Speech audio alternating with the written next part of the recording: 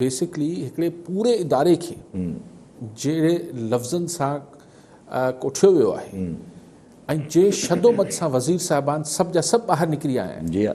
न त आज़म सवाती जो घणो इनमें न हूंदो जी आहे। हा, जी हा, जी हा। सभु निकिरी आया आहिनि, मतिलबु मथां बिग बॉस चयो आहे त नथिंग डूइंग, बुलडोज़ कयो। और बुलडोज़ करण सां हासिल छा थींदो?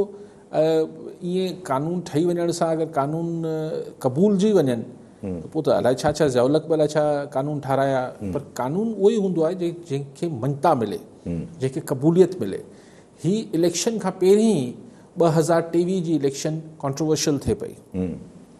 अॻु में त थींदो इलेक्शन खां पोइ इलेक्शन मुतनाज़ा थींदी, तकरारी थींदी। हिन दफ़े ख़ैर सां अञा इलेक्शन 2 साल आहिनि त अॻु में ई मुल्क में सॼे में फिज़ा ठहे पई त इलेक्शन तकरारी थींदियूं। सो इलेक्शन अगरि बार बार तकरारी थींदियूं त लामोहाला मूंखे तव्हांखे इहो ख़्यालु अची सघे थो त बाबा ही सियासतदाननि जी वसी ॻाल्हि न आहे। एग्ज़ैक्टली, मां त उन पोइ तरफ़ ई अचो कुझु थोरो सफ़ायो कयूं, को हिननि खे थोरो ग्राउंड ठाहे ॾियूं पाण, जी हा, त जीअं ही सम्झो पिया पाण केरु जी हा, जी हा। सो इहो अगरि ज़ाहिर आहे, आख़िर इहो तमाशो, इहो मज़ाक आख़िर केसि ताईं हलंदो? पॉलिटिशियंस अगरि इहो फ़ैसिलो करे वेठा आहिनि, हिकिड़ी अजीब मश्किरी आहे त 2 सालनि खां पोइ हिकिड़ा इलेक्शन थियणा आहिनि, तव्हां EVM आणियो पिया। EVM हिन मुल्क में आणियो पिया जंहिंमें लिटरेसी रेशो छा आहे, जी हा, जंहिंमें डिजिटल जेका अंडरस्टैंडिंग आहे इक्विपमेंट जी उहो किथे आहे। माण्हू ATM मां पैसा नथा कढाए सघनि, तव्हां चओ पिया हुन ते वञी जेका माण्हू वोट कंदा। ऐं सभु एमेंडमेंट्स बि ॾाढियूं ख़ौफ़नाक क़िस्म जी, जेको वोटर लिस्ट बि तव्हां इलेक्शन कमीशन खां वठी नादरा खे ॾियो था पिया, इहो बि हिकिड़े क़िस्म जो ॾियणु माना न उहो त चवनि था न भई खोड़ सारा एतिराज़ात। एज़ अ फेडरल गवर्नमेंट इदारो।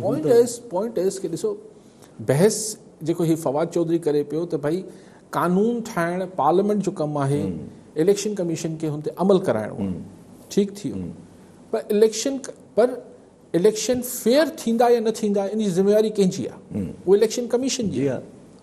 पोइ भेरे सेनेट जे इलेक्शन में बि खां पोइ बि जेका रूलिंग सुप्रीम कोर्ट जी आई उहा इहा ई आई त बाबा ही इलेक्शन कमीशन जी ज़िम्मेवारी आहे त इलेक्शन्स खे फ्री एंड फेयर करे, जॾहिं ओपन ऐं हू सीक्रेट बैलेट जी ॻाल्हि हुई, त मतिलबु इहो तयन थी वियो आहे त इलेक्शन खे फेयर शफ़ाफ़ कराइण जी ज़िम्मेवारी छाकाणि त इलेक्शन कमीशन जी आहे।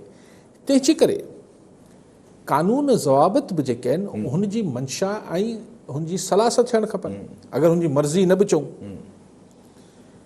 हाणे अगरि सुभाणे पार्लियामेंट इहो फ़ैसिलो करे थी त हर माण्हू खे, हर MNA MPA खे 500 वोट जाली विझण जो इख़्तियार हूंदो, मिसाल हिकिड़ो कानून ठाही थी, त पोइ इलेक्शन कमीशन ते सुभाणे कहिड़ी मयार आहे त यार तव्हां ही जाली वोट कीअं विझण ॾियो था? चवंदासीं कानून ठही वियो। जी हा। सो कानून बि त तव्हां जंहिं ते अल्टीमेट ज़िम्मेदारी आहे, जंहिं ते आख़िरकार ज़िम्मेवारी वञी पए थी त हू इलेक्शन फेयर कराए, तव्हां उनखे चओ था तूं केरु चुप कर। जी हा, तोखे बसि करिणो आहे जेको असां चऊं था। हू को क्लर्क त कोन्हनि वेठा इलेक्शन कमीशन में, पोइ सुभाणे हुननि ते मयार बि न हूंदी त इलेक्शन फेयर न थी। जी हा, जी।